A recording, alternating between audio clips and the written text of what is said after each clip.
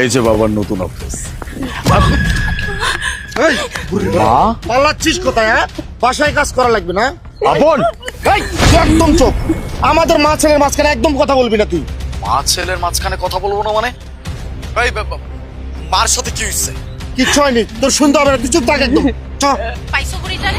পাবো না, যাবে কই? হ্যাঁ, বাসা থেকে পালাচ্ছে, মানে বাড়ির কাজ তুই পালাইলে কে করবে? আমার বউ? কখনো না। চল বাড়িতে চল, দেখাচ্ছি মজা। এই দাঁড়া, আগে এটা বলছে মার সাথে কি হইছে? মার কিচ্ছু হয় নাই, মার একটু মাথার সমস্যা হয়েছে, ওষুধ খাওয়াইতে নিছে তোর ভাবি, ও বাসা থেকে পালাইছে। তুই চুপ থাক, আমাদের মা ছেলে মাঝখানে একদম কথা বলবি। দুইটি ছবির ভিতর থেকে যে কোনো একটি ছবিকে ভালোবেসে থাকলে ভিডিওতে লাইক করে চ্যানেলটি সাবস্ক্রাইব করে দাও। আর যদি না করো তাহলে বুঝবো তোমরা ছবি দুটিকে ভালোবাসো না। কমেন্টে লেখো আমি। আপন, মায়ের মুখে এসব কিসের থাকে? মার সাথে কি হইছে আমাকে আমাকে সত্যি করে বল। কি কি আর হবে? মা কাজ করতে যে পড়ে গেছিল, পড়ে যে একটু মানে এসব দাগটাগ হয়েছে, এছাড়া কিচ্ছু না। আর এর বেশি কিছু তো শুনতে হবে না। না বাবা, আমি পড়ে যাই, ব্যথা পাই নাই। ওরা দুজনে আমার মায়ের এমন করছে, বিশ্বাস কর বাবা, আমি পড়ে যাই নাই। কি সব বলতেছ? বাসায় চলো। বাবা বিশ্বাস কর, তোরে আমি ইচ্ছা করে খেয়ে দেয়নি বাবা। তোরে বাইর থেকে বাড়ি করে দেয় ওর হাত, ও আমার কইছে আমি যেন তোরে বাইর থেকে বাড়ি করে দেই।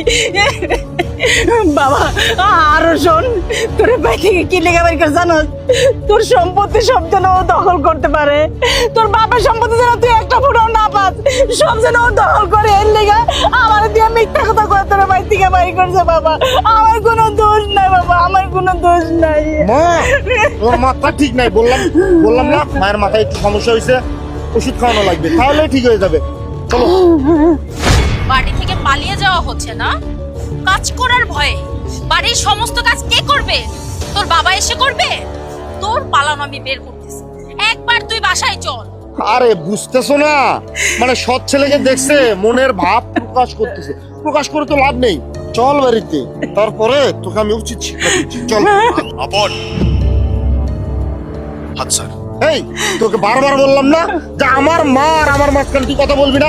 সৎ ছেলে সদের মতো হয়ে থাক, একদম আমাদের ভিতর ঢোকার চেষ্টা করবি না তুই। আচ্ছা, এতদিন আমি তোদেরকে কিচ্ছু বলি নাই। সৎ ভাই, হ্যাঁ সৎ ভাই, এটা তুই মানছিস, তো আমি কোনোদিন মানিনি। আমি তোদের কাউকেই কোনোদিন সৎ মনে করি নাই। আমি আজীবন তোদের আপন মনে করছি। তোরা আমাকে সেটা ভাবতে পারিস নাই। আমাকে বাড়ি থেকে পর্যন্ত বের করে দিচ্ছিস, আমার এই ছোট বাচ্চার কথাটা পর্যন্ত তোরা চিন্তা করিস নাই।